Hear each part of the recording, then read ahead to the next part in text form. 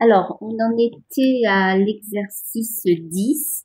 On avait déjà traité la partie régime permanent et on en était, bonjour, on en était au régime transitoire et on avait fait, il me semble, la question 5. Alors, les trois condensateurs étant initialement déchargés, on ferme l'interrupteur à l'instant t égale 0. En appliquant les lois de Kirchhoff, montrer que l'équation différentielle qui régit la charge du condensateur équivalent aux trois condensateurs est R dQ sur dt plus 8 tiers de Q sur C égale à E.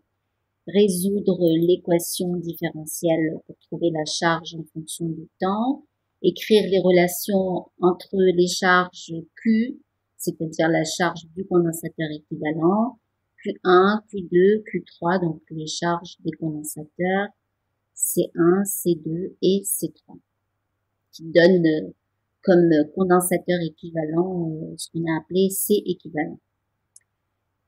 Et enfin, en déduire les expressions des charges Q1, Q2, Q3. Alors, on va à la solution. Alors, rapidement, je reviens sur la question 5. Alors, ce qu'on cherche, c'est une équation différentielle, donc une équation dans laquelle on va avoir à la fois la charge et la dérivée de la charge par rapport au temps. Alors, pour ça, on écrit les lois de Kirchhoff. Et comme on a trois courants ici, un courant I1, I2, I3, la quatrième, donc on a trois inconnus. Notre quatrième inconnu, ça va être la charge, d'accord? Donc je vais avoir besoin, pour trouver cette équation différentielle, on va avoir besoin de quatre équations indépendantes dans lesquelles il y aura quatre inconnus qui sont les trois courants plus la charge. Alors, on a écrit la loi des nœuds. Donc, on a trouvé que I1 égale à I2 plus I3. On a écrit la loi des mailles sur la maille, la petite maille de gauche. Donc, on a fait le tour de la maille en partant de ce point et en revenant au même point. On doit trouver une variation de potentiel qui est nulle. Donc, R1 I1 plus R2 I2 moins E égale 0. Donc, ça nous donne la deuxième équation. Alors, troisième équation, c'était écrire la loi des mailles sur la petite maille de droite. Donc, on écrit que la différence de potentiel le long de la maille est égale à 0. Donc, premier élément qu'on rencontre, c'est le condensateur C équivalent. Donc, on va avoir la différence de potentiel aux bornes de ce condensateur, c'est-à-dire Q sur C équivalent. Ensuite, plus la différence de potentiel aux bornes de la résistance R2, qui est traversée par le courant I2 de ce point à celui-là. Donc, cette différence de potentiel, en prenant le potentiel de cette extrémité moins le potentiel de celle-ci, eh bien, on trouve moins R2 I2. Donc, la troisième équation, c'était Q sur C équivalent égale à moins R2 I2 égale 0. Et ma quatrième équation, eh bien, c'est écrire la charge, écrire une relation entre la charge et l'un des courants. Eh bien, ce courant, ça sera le courant qui traverse la branche où on a notre condensateur. Donc, ça sera I3 égale à dQ sur dt. Alors, donc, nos quatre équations indépendantes, c'était celle-ci, et on a ensuite éliminé les inconnus les unes après les autres jusqu'à ce qu'on se retrouve avec une seule équation à une seule inconnue. Alors, on avait éliminé d'abord I1, donc on avait remplacé dans les équations I1 par la somme I2 plus I3, donc il n'y avait que la deuxième équation à transformer. Donc, les trois nouvelles équations, c'était les suivantes. On avait remplacé I1 par I2 plus I3, on a regroupé les termes et on a obtenu 2R I2 plus R I3 égale à E, La troisième équation ne changeait pas, la quatrième non plus. Donc les trois nouvelles équations, c'est celle-ci, d'accord? Cette équation. Et puis la deuxième et la troisième, anciennement troisième et quatrième, qui n'ont pas changé. Alors ensuite, on a éliminé I2. Alors pour éliminer I2, ben on regarde les. Alors pourquoi est-ce qu'on a éliminé I2? Ben c'est parce qu'il fallait absolument conserver I3, puisque c'est I3 qui a une relation avec la charge. Donc on n'avait pas du tout intérêt à éliminer I3, on a éliminé I2. Alors on a multiplié cette équation par 2, celle-ci, et puis après on a additionné cette équation et celle-ci, et on se retrouvait donc avec deux équations qui étaient RI3 plus 8 tiers de Q sur C égale à E, et cette équation à laquelle on n'a pas encore touché. Alors ensuite, eh bien, on remplace justement I3 par dQ sur dt, et on a obtenu cette équation différentielle. Voilà, on s'était arrêté là à la fin du TD de la semaine dernière. Donc maintenant, on va passer à la question 6. La question 6, c'est résoudre l'équation différentielle pour trouver l'expression de la charge Q en fonction du temps. Alors, on va procéder comme d'habitude. On a une équation différentielle avec second membre.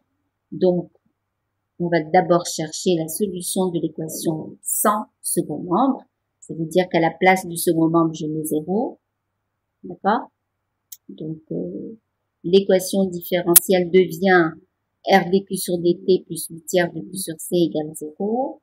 Alors, on fait passer ce terme-là à droite, il devient négatif. Et ensuite, on sépare les variables, c'est-à-dire qu'on met à gauche ce qui dépend de la charge et à droite ce qui dépend du temps et toutes les constantes qu'on avait de part et d'autre. D'accord? Alors, on se retrouve avec dQ sur Q égale à moins 8 tiers de dt sur RC. Alors, on intègre des deux côtés. Ça nous donnera l'intégrale du membre de gauche égale à l'intégrale du membre de droite plus une constante, puisque si vous avez l'égalité entre deux fonctions, ça n'implique pas l'égalité entre les deux intégrales, ça implique une égalité entre les deux intégrales à une constante près. Donc j'ai l'intégrale du membre de gauche qui donne le logarithme népérien de Q, et le membre de droite, alors j'ai tout ça qui forme une constante, et ce que je vais avoir à intégrer, ça sera la quantité dt, donc son intégrale c'est t, d'accord? Donc je vais avoir moins 8 tiers de t sur rc, plus ma constante d'intégration, et j'obtiens donc, en passant aux exponentielles, l'exponentielle de log de q, c'est q, d'accord? L'exponentielle de moins 8t sur 3rc plus a, eh bien c'est l'exponentielle de moins 8t sur 3rc multiplié par l'exponentielle de a. Et comme a est une constante, son exponentielle est également une constante, et je vais l'appeler b. Donc j'ai q égale, on a dit exponentielle de ça multiplié par exponentielle de a, donc l'exponentielle de cette expression multipliée par b. Donc b, exponentielle de moins 8t sur 3rc. Alors, ça va être le moment de dire que je mets ça sous la forme b exponentielle moins t sur tau. Et tau, c'est ce que je vais appeler la constante de temps du circuit. D'accord? Alors, je vais prendre tout ce qui n'est pas t. Donc, ça va être 3rc sur 8. Donc, tau égale 3rc sur 8, c'est la constante de temps du circuit. Donc, la solution de l'équation sans second membre, eh bien, c'est Q égale B exponentielle moins T sur tout. C'est bon? Alors, on passe On passe à la solution particulière. Alors, on remonte à notre équation différentielle. Le second membre est une constante. Donc, ça veut dire que la solution particulière est obligatoirement une constante.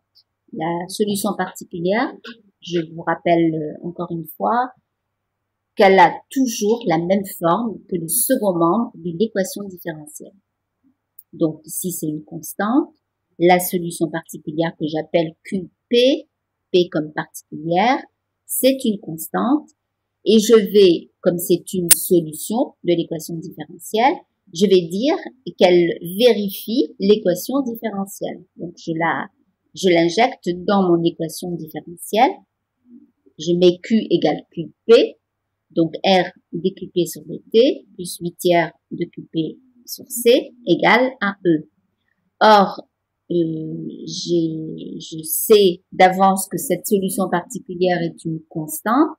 Ça veut dire que cette dérivée de QP par rapport au temps est égale à 0.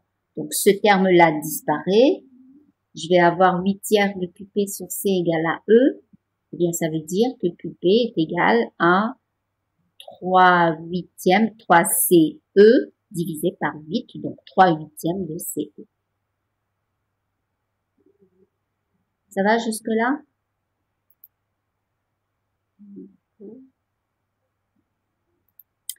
Alors, la solution, très bien. La solution générale, eh bien, c'est la somme de ces deux solutions, la solution de l'équation sans second membre et la solution particulière. Donc, je fais la somme des deux. J'écris que c'est B exponentielle moins T sur taux plus 3 huitièmes de CE. Voilà. On est arrivé au bout de notre calcul. Il manque juste quelque chose, c'est de trouver la valeur de cette constante d'intégration qui provient de l'exponentielle de la constante A. Alors, pour avoir cette constante, eh bien, j'ai besoin d'une condition initiale, ou en tout cas, j'ai besoin d'un instant pour lequel je connais la valeur de la charge. Alors ici, dans cet exercice, le seul moment où on connaît la valeur de la charge, eh bien, c'est l'instant t égale 0, puisqu'on nous dit que les trois condensateurs étant initialement déchargés, on ferme l'interrupteur à l'instant t égale 0.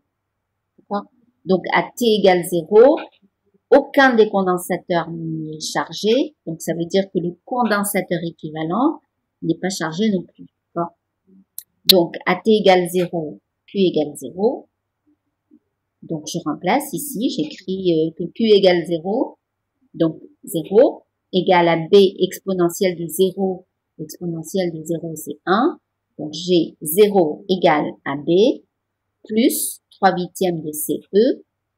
Pour que l'équation soit vérifiée, il faut que B soit égal à moins 3 huitièmes de CE. Voilà.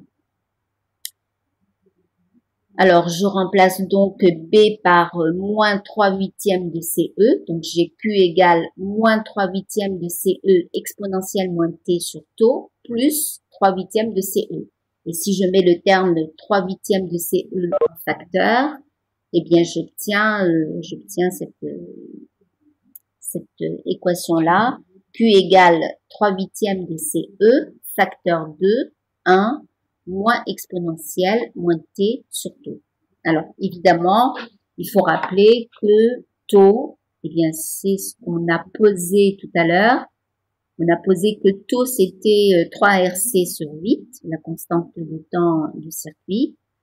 Donc, Q a cette expression à condition de préciser que taux, c'est 3 RC sur 8. Autrement, il faut que les 3 RC sur 8 figurent dans votre résultat. C'est bon?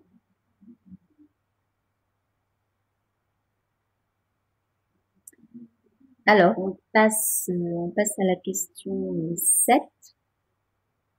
Alors, écrire la relation entre les charges Q. Alors, je vous rappelle que Q, c'est la charge du condensateur équivalent. Q1, c'est la charge du condensateur C1.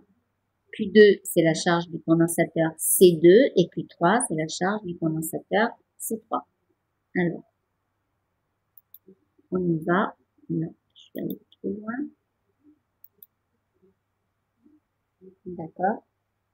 Voilà. Donc, voici le circuit réel, c'est-à-dire avec les trois condensateurs C1, C2, C3, avec leurs charges respectives. Et puis, mon circuit équivalent, en quelque sorte, où j'ai remplacé ces trois condensateurs par leur condensateur équivalent. D'accord? Et la charge de ce condensateur équivalent, je l'ai appelé Q. D'accord? Alors, qu'est-ce que j'ai dans ce condensateur équivalent? Eh bien, j'ai un condensateur C1 en série avec deux condensateurs C2 et C3 qui sont, eux, en parallèle l'un avec l'autre. D'accord? Alors, ça veut dire quoi? Ça veut dire que la charge du condensateur équivalent, je vous rappelle ce qu'on a vu dans le chapitre sur les condensateurs, les associations de condensateurs. Eh bien, on a vu que quand on met des condensateurs en série, ils ont tous la même charge et chacun a la même charge que le condensateur équivalent. D'accord? Donc, ça veut dire que Q1 qui est en série avec le condensateur équivalent à C2 avec C3, on va l'appeler C23, d'accord?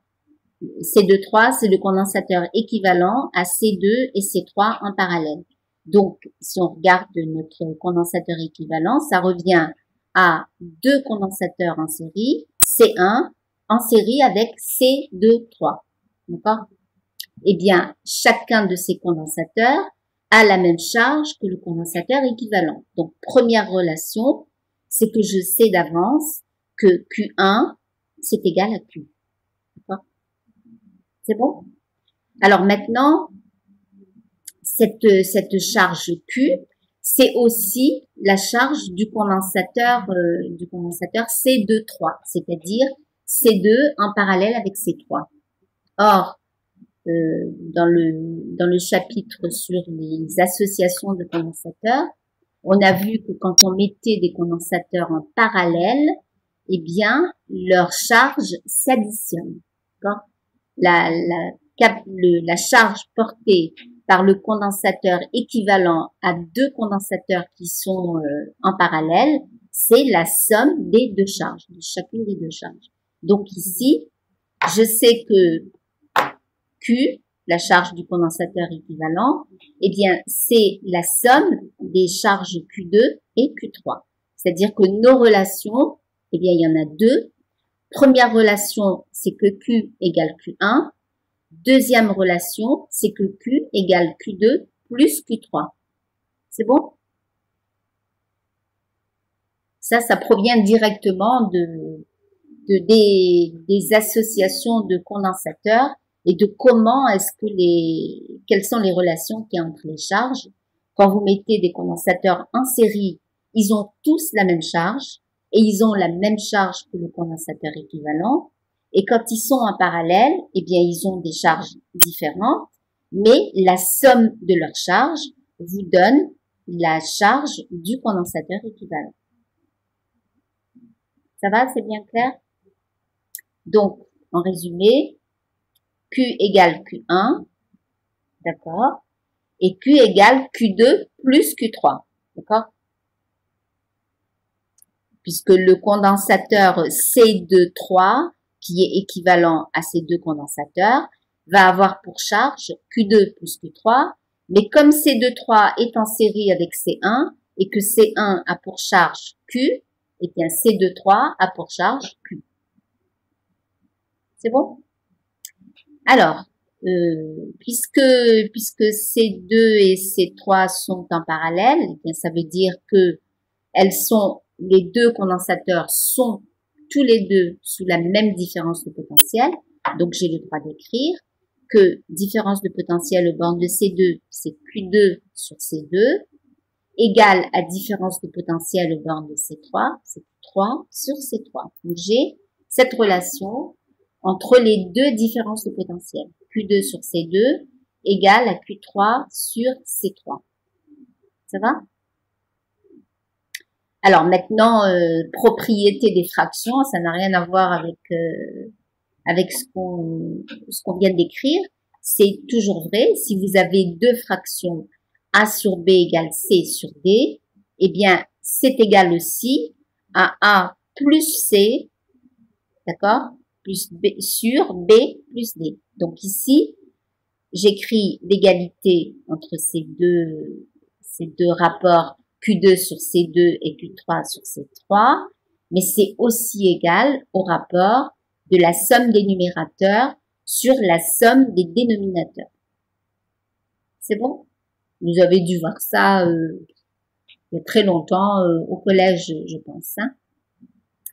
Alors, sachant que Q2 plus Q3, on a dit que Q2 plus Q3 c'est Q. C'est bon?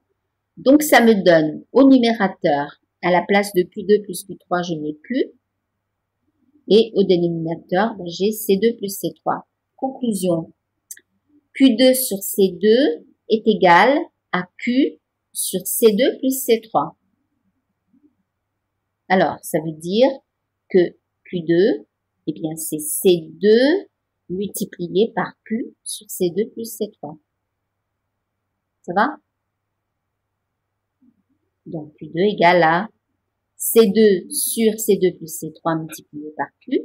Maintenant, l'autre, Q3 sur C3 est égal à Q sur C2 plus C3. Je fais passer le C3 ici et j'ai Q3 égale C3 Q sur C2 plus C3.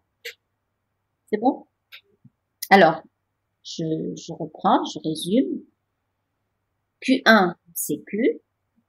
D'accord? Q2, c'est C2 sur C2 plus C3Q. Et Q3, c'est C3 sur C2 plus C3Q. C'est bon?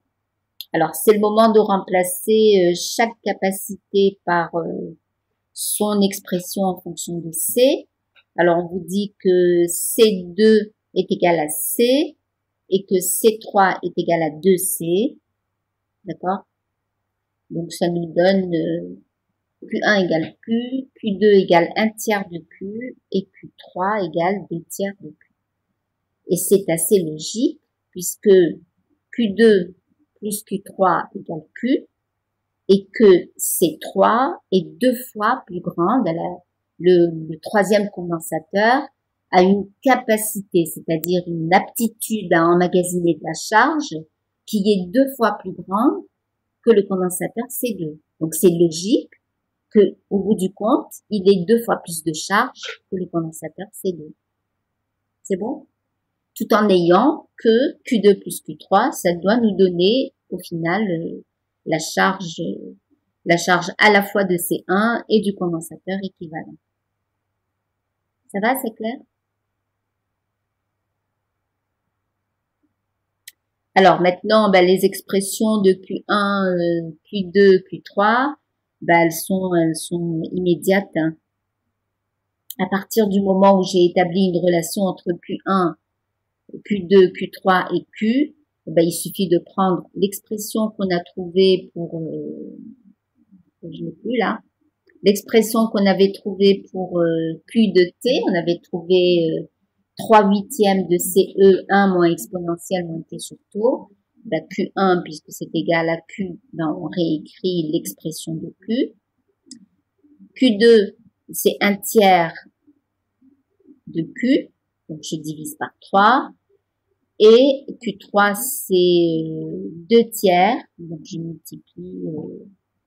multiplie par 2/3 et ça me donne donc 1/4. C'est bon? Si je multiplie 3/8 par 2/3, ça me donne bien 1/4. Voilà donc nos expressions des charges Q1, Q2, Q3. C'est bon? Si vous avez des questions, c'est le moment. quelque chose qui n'est pas clair, vous me le dites.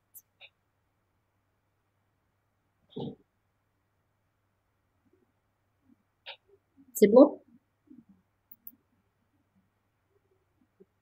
D'accord. Bon, bah alors, d'accord. Et les autres, vous n'avez pas de questions non plus? Bon, on passe à l'exercice 11. Je remets... D'accord. Khamaïsia, vous avez dit non, non, vous n'avez pas de questions, c'est ça? Ou non, c'est pas clair?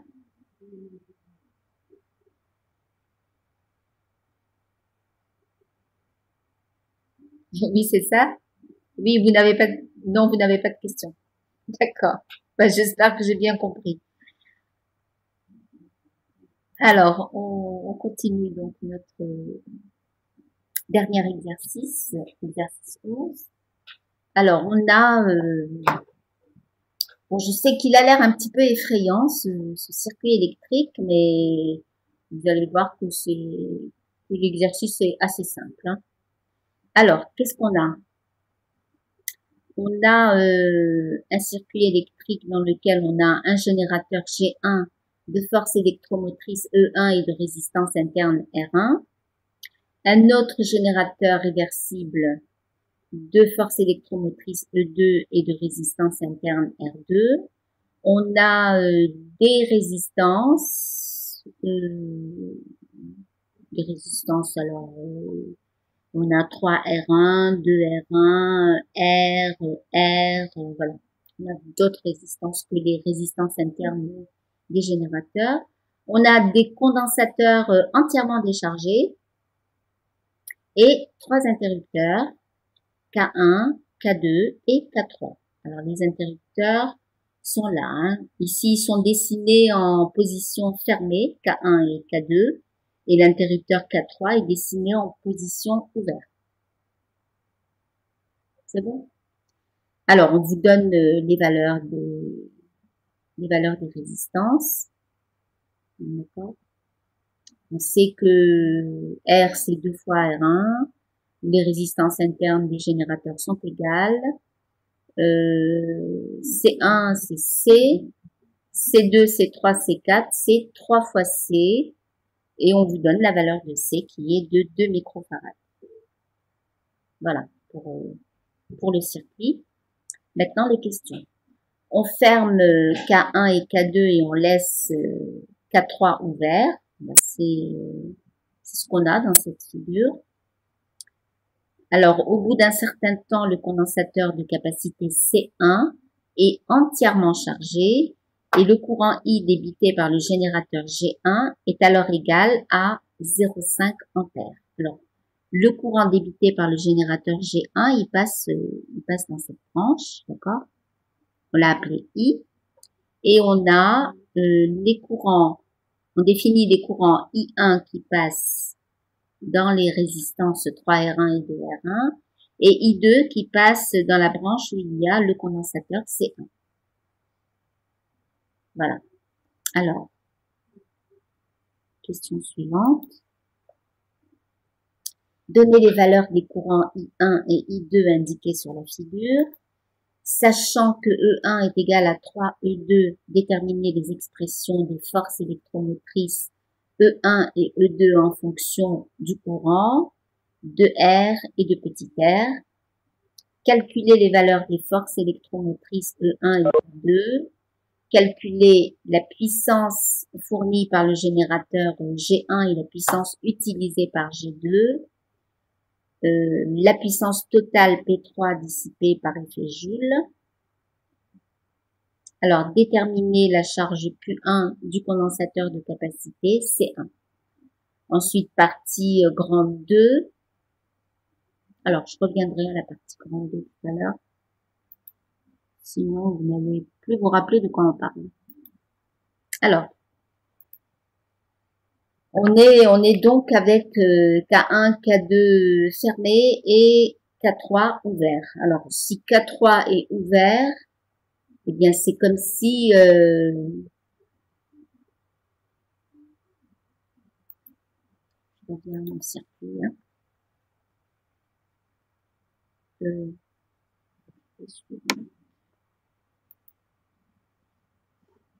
Oh, pardon. Je me suis trompée de fichier. Je vous remontre la figure.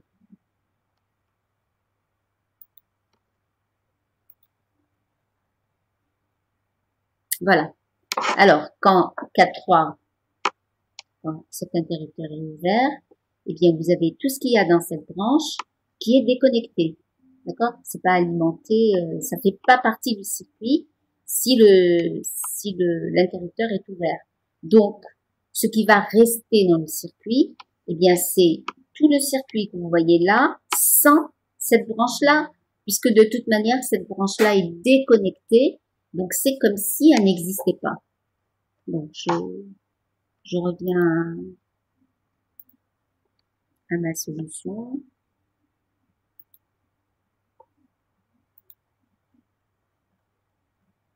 Voilà. Donc, quand l'interrupteur K3 est ouvert, ben j'ai supprimé, j'ai fait comme s'il n'existait pas, puisque de toute façon, ils n'interviennent pas dans le circuit quand l'interrupteur K3 est fermé. D'accord? Donc, mon circuit il revient à ça. Eh bien, on vous dit que le condensateur C1 est entièrement chargé. D'accord? On ferme K1 et K2, on laisse K3 ouvert.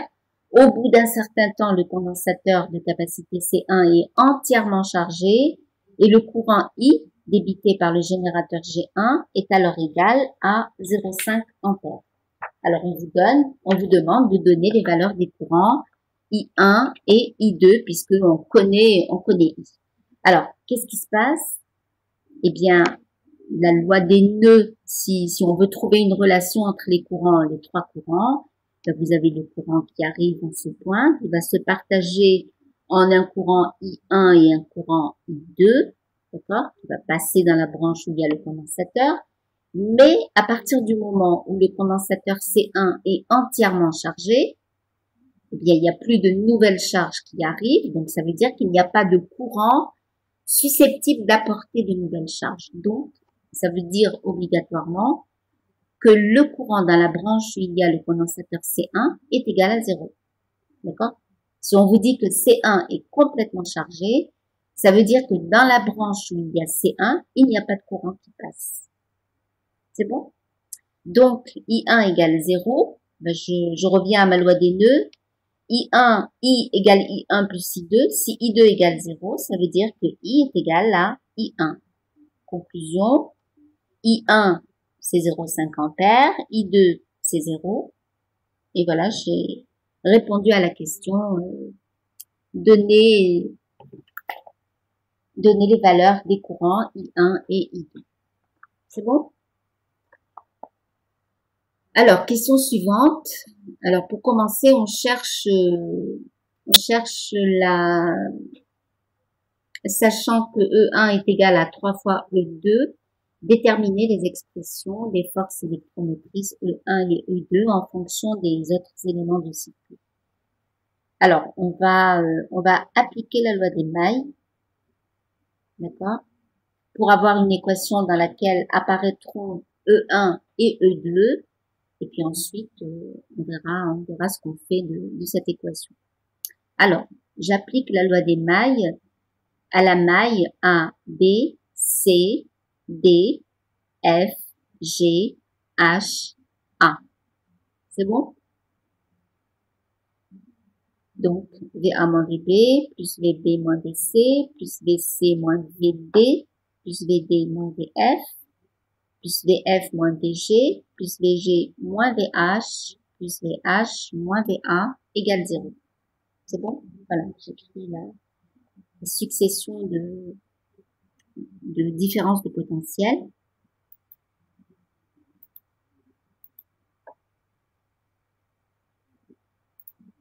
Alors, on va les prendre une par une, ces différences de potentiel. Donc, VA moins VB, c'est la différence de potentiel aux bornes entre l'armature positive et l'armature négative la borne plus et la borne moins du générateur. Donc, c'est plus E2. C'est bon? Voici le premier terme. Hein. Deuxième terme, VB moins VC, c'est la différence de potentiel aux bornes de la résistance R2. Elle est traversée par le courant I, d'accord, qui entre par B et qui sort par C. Donc, VB moins VC, c'est plus R2 I. Voici. Ensuite, VC moins VD. VC moins VD, c'est la différence de potentiel au bord de la résistance 3R1 qui est traversée par le courant I1 égale à I, qui entre par le point C et qui sort par le point D. D'accord? Donc, VC moins VD, c'est plus 3 fois R1 I. VD moins VF, c'est la différence de potentiel aux bornes de la résistance 2R1 qui est traversée elle aussi par le courant I1 qui vaut I et qui entre par D, qui sort par F, donc c'est plus 2 fois R1 I. C'est bon? Alors, plus VF moins VG. VF moins VG, c'est la différence de potentiel aux bornes de la résistance R1. Elle est traversée par le courant I, d'accord, qui entre par F et qui sort par G. Donc, c'est plus R1 I. Alors, j'en arrive à VG moins VH. Différence de potentiel aux bornes de petit R1 qui est traversée par le courant I, qui entre par G et qui sort par H. Donc, encore une fois, c'est plus petit R1 I. Et enfin, VH moins VA, qui est la différence entre la borne moins, le potentiel de la borne moins et le potentiel de la borne plus. Donc, c'est moins E1. D'accord? Donc, j'ai fait le tour, je suis revenue au point A. J'écris que la somme de toutes ces différences de potentiel est égale à 0. Ça va, vous avez suivi?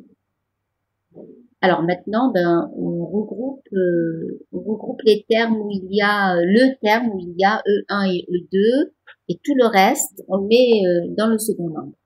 Donc j'ai E1, si je fais passer moins E1 à droite, il devient E1, plus E2, il devient moins E2, et tout ça, ben, je le garde tel quel. Donc j'ai E1 moins E2 égale A. Alors j'ai des termes en R1. J'ai 3 fois R1i, 2 fois R1i et 1 fois R1i, donc ça fait 6 fois R1i. J'ai une fois petit R1, une fois petit R2, c'est bon? Donc E1 moins E2, c'est I multiplié par le contenu de la parenthèse, 6 fois R1 plus petit R1 plus petit R2. Alors, comme on sait que E1, c'est 3 fois E2, d'accord? Donc, E1 moins E2, je vais l'écrire en fonction de E2, ça va me faire 2 fois E2. Je sais que R1, c'est grand R sur 2, donc 6 R1, c'est 3 fois grand R. Et petit R1 égale petit R2 égale petit R. Donc, R1 plus R2, ce sera 2 fois petit R.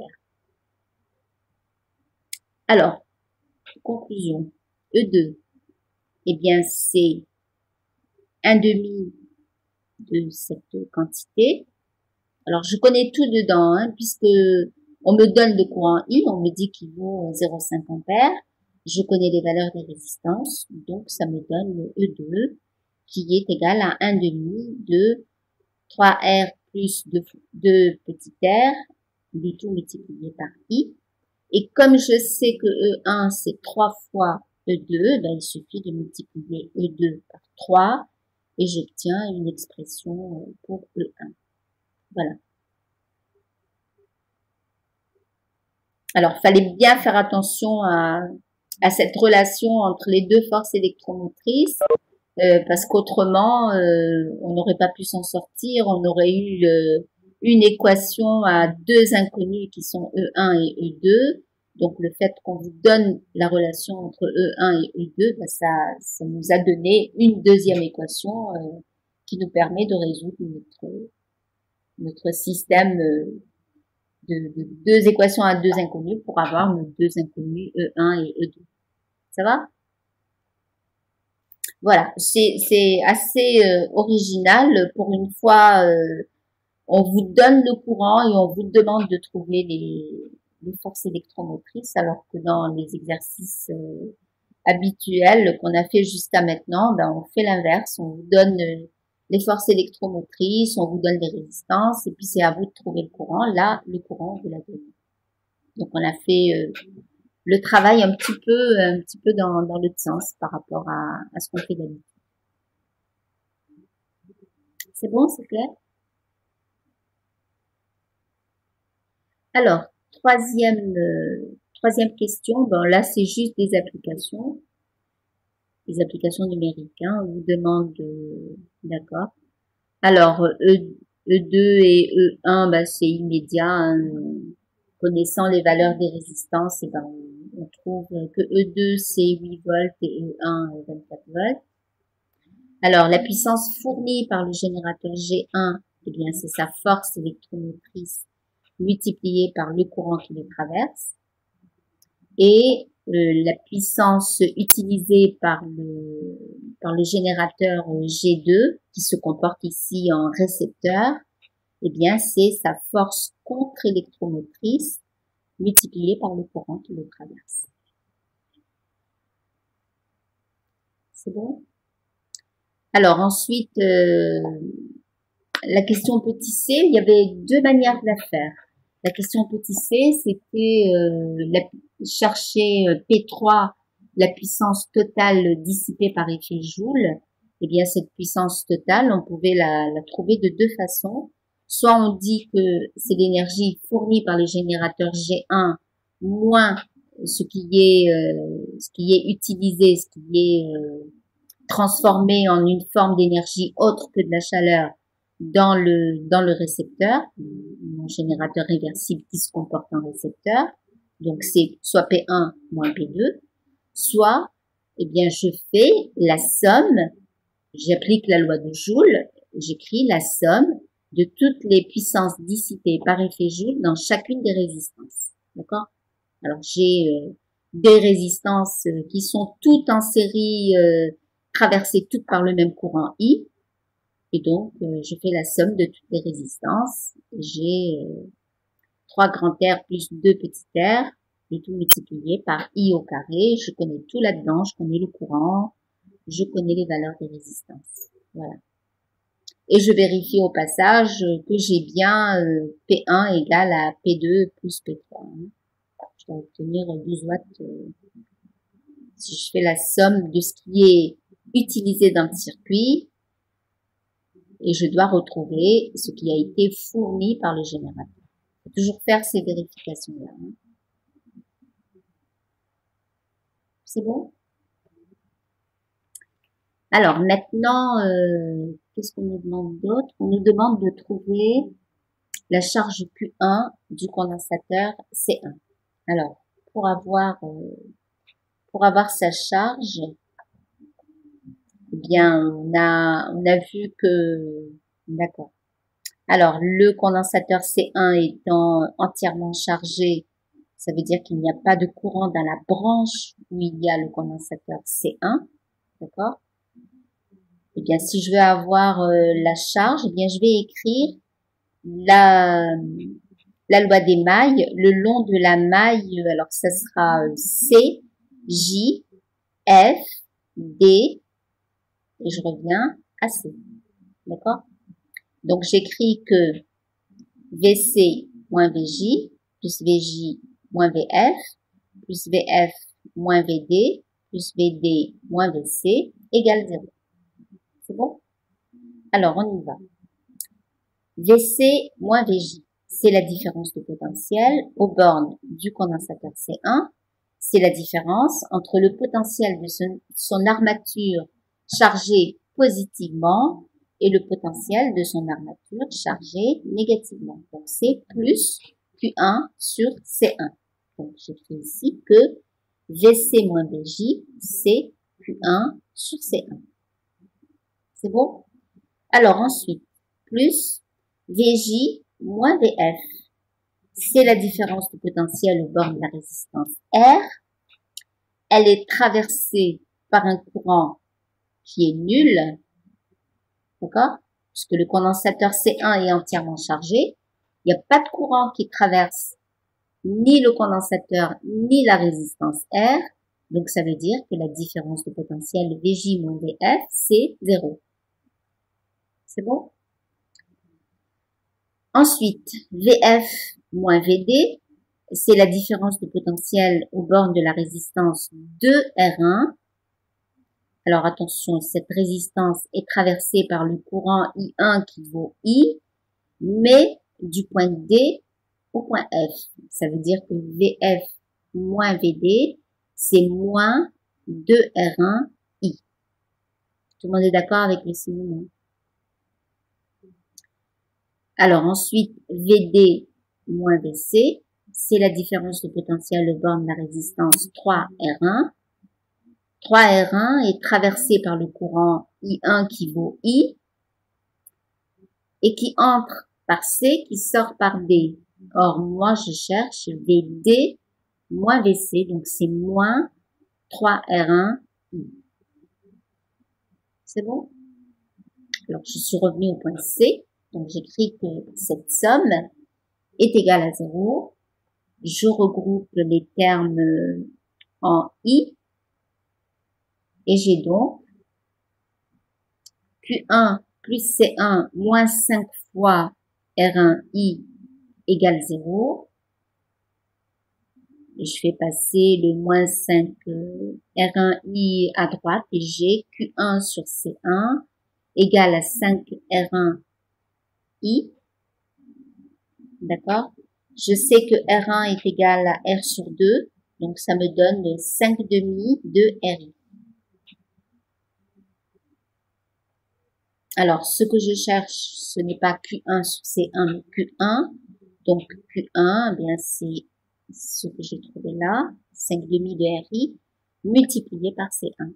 Alors, je vérifie que tout ce que j'ai mis dans mon expression, je le connais, hein. Alors, j'ai quoi? J'ai R, j'ai le courant qui est donné, 0,5 ampères. J'ai la valeur de la capacité C1, donc j'ai tout. Quand vous faites l'application numérique, vous trouvez 25 microcoulombs. C'est-à-dire 25 10 moins 6 coulombs. Ça va?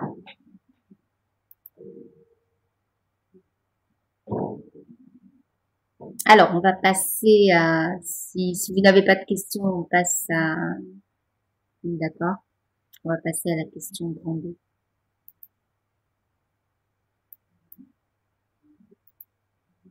Alors, qu'est-ce qu'elle me dit cette question grand 2?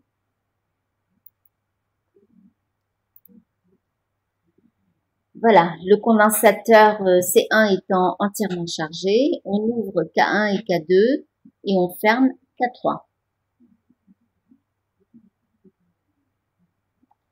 Alors, calculer la capacité CE du condensateur équivalent au condensateur C2, C3, C4, représenter le schéma équivalent du circuit, calculer les charges Q1' et QE' des condensateurs C1 et CE lorsque l'équilibre du système est de nouveau atteint. Une solution. Voilà. Alors, notre schéma, c'est devenu ce schéma-là. C'est-à-dire que K1 est ouvert, d'accord? K2 est ouvert. Qu'est-ce que ça veut dire? Si K1 est ouvert, eh bien, ça veut dire qu'il n'y a plus de courant qui passe dans cette branche. C'est-à-dire que si vous ouvrez l'interrupteur, le générateur G1 ne peut plus fonctionner, il ne peut plus délivrer de courant. D'accord? Puisque un générateur, pour qu'il puisse délivrer un courant, il faut qu'il soit branché sur un circuit extérieur. Or là, vous avez ouvert le circuit, donc il ne peut pas y avoir de courant qui traverse le générateur, ni le générateur E1, ni le générateur E2. Donc, quand vous ouvrez ici, c'est comme si toute cette partie du circuit n'existait pas. C'est bon? Alors maintenant, j'ouvre aussi l'interrupteur K2. Alors, qu'est-ce qui se passe? Eh bien, ça veut dire que c'est comme si cette partie du circuit, elle est déconnectée, donc c'est comme si elle n'existait pas. Donc, au bout du compte, et qu'est-ce qui reste? Eh bien, il va me rester uniquement, puisque K3 est fermé, eh bien, je vais avoir, je vous rappelle que mon condensateur est entièrement chargé. Ce qui va se passer, c'est que c'est lui, cette fois, qui va délivrer du courant, d'accord? Il va se décharger à travers les condensateurs C2, C3, C4. Donc, il va donner sa borne, son armature positive était en haut, son armature négative en bas. Donc, il va se décharger dans ce sens-là. Il va y avoir un courant ID qu'on appelle courant de décharge qui va aller charger en partie ces trois condensateurs. Alors, ça, c'est pour l'idée générale. Maintenant, on va répondre aux questions. Alors, on vous demande de trouver le condensateur équivalent à C2, C3, C4. Eh bien, on regarde bien comment ils sont. Ils sont à la suite les uns des autres. Ça veut dire qu'ils sont en série. D'accord? Donc, 1 sur C équivalent, c'est 1 sur C2, plus 1 sur C3, plus 1 sur C4. Sachant que chacun de ces condensateurs vaut 3C, je vais avoir 3 fois 1 sur 3C. C'est bon? Donc, 1 sur C équivalent, c'est 1 sur C. Donc, ça veut dire que C équivalent est égal à C. C'est bon? Alors, le schéma équivalent maintenant. Alors, le schéma équivalent, ben, il reste plus que ça, puisque on a vu que quand on ouvrait les interrupteurs K1 et K2, eh bien, on met hors circuit toutes les branches dans lesquelles il y avait ces interrupteurs.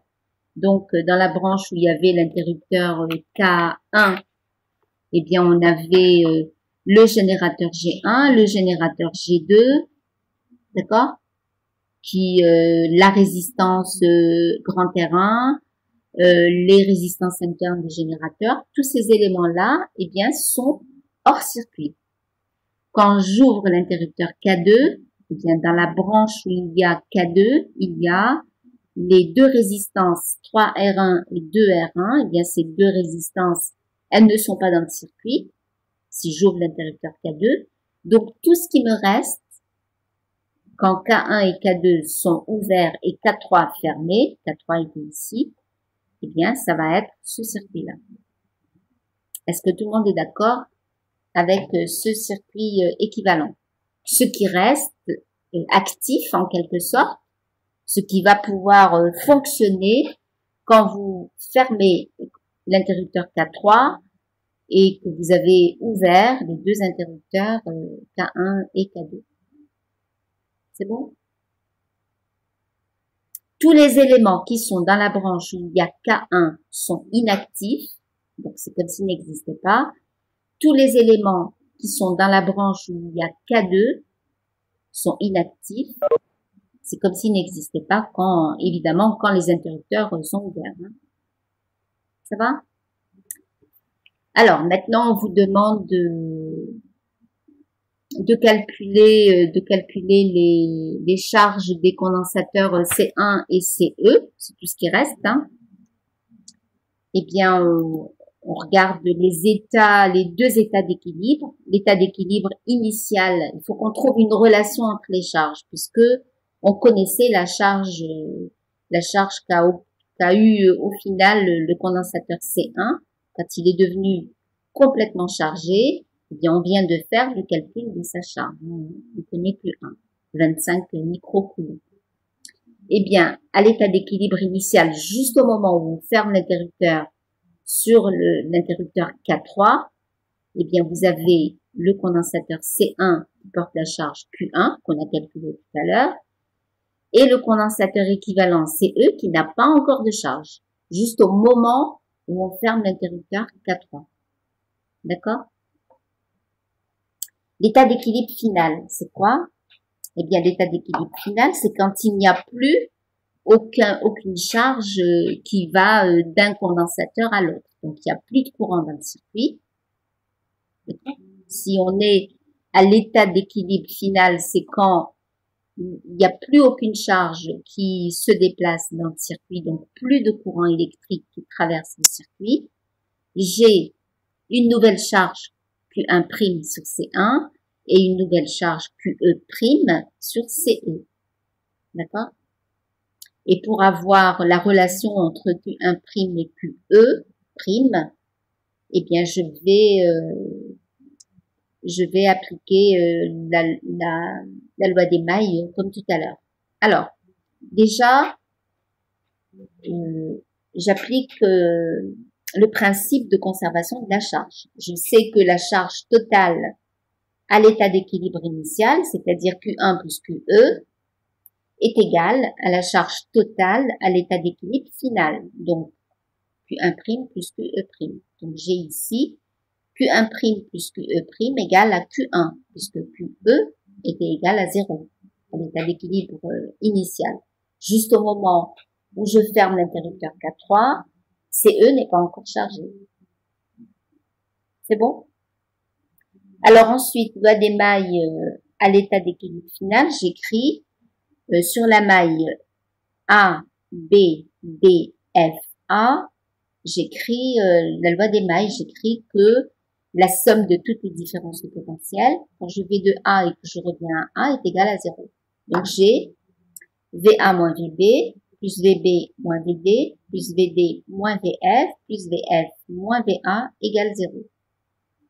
Alors, VA moins VB égale 0 parce qu'il n'y a plus de courant qui passe dans le circuit à l'état d'équilibre final. C'est bon? Plus VB moins VD, eh bien, c'est la différence de potentiel au bord du condensateur CE. Donc, c'est QE' sur CE. D'accord? Le courant, je vous rappelle, quand le condensateur C1 se décharge, le courant passe comme ça. Donc, c'est cette armature qui sera rencontrée en premier par le courant. Donc, c'est celle-là qui va être chargée positivement. C'est bon? Donc, VB moins VD, c'est plus QE' sur CE. Alors maintenant, VD moins VF, c'est la différence de potentiel aux bornes de la résistance R qui est traversée par un courant I'D qui est nul, donc c'est 0. Et VF moins VA, c'est la différence de potentiel entre l'armature chargée négativement et l'armature chargée positivement de C1. Donc, ça sera moins Q1' sur C1. Alors, je reprends. VA moins VB, c'est 0, plus VB moins VD, c'est QE' sur CE, plus VD moins VF, c'est 0. Ça, c'est la différence de potentiel au bord de la résistance grand R. VF moins VA, c'est moins QE' sur C1. C'est la différence de potentiel au bord de C1, mais pris dans le sens potentiel de l'armature négative moins potentiel de l'armature positive. Donc, c'est normal que ce soit négatif ici. Alors, conclusion. Eh bien, QE' sur CE, c'est égal à Q1' sur C1. D'accord? Puisque j'ai des termes nuls ici. Et je vais appliquer la même propriété des fractions que tout à l'heure. C'est-à-dire que Q1' sur C1 égale à QE' sur CE. c'est aussi égal à la somme des numérateurs divisé par la somme des dénominateurs. Donc, Q1' plus QE' sur C1 plus CE. Alors, comme j'ai conservation de la charge Q1' plus QE' égale Q1, c'est bon? Donc, Q1' sur C1 égale à Q1 sur C1 plus CE, ben ça me donne Q1'. Je vais passer le C1 ici. Donc, j'ai Q1' égale C1 sur C1 plus CE, Q1. Et QE' sur CE égale à Q1 sur C1 plus CE. Je fais passer le CE ici. Et j'ai QE' égale CE sur C1 plus CE, Q1. C'est bon? Voilà. Après, sachant que C1 égale C et que CE égale C, on l'avait calculé tout à l'heure, hein, la capacité du condensateur équivalent, eh bien, on a égalité des charges. Et comme Q1' plus QE' égale à Q1, eh bien, ça veut dire que chacune va valoir la moitié de Q1. Q1, c'était 25 microcoulombs. Donc, voilà. On a la valeur de Q1' et de QE'. Voilà, on a terminé. Si vous avez des questions sur cet exercice ou sur d'autres, on a le temps d'y répondre. Est-ce que c'est bon?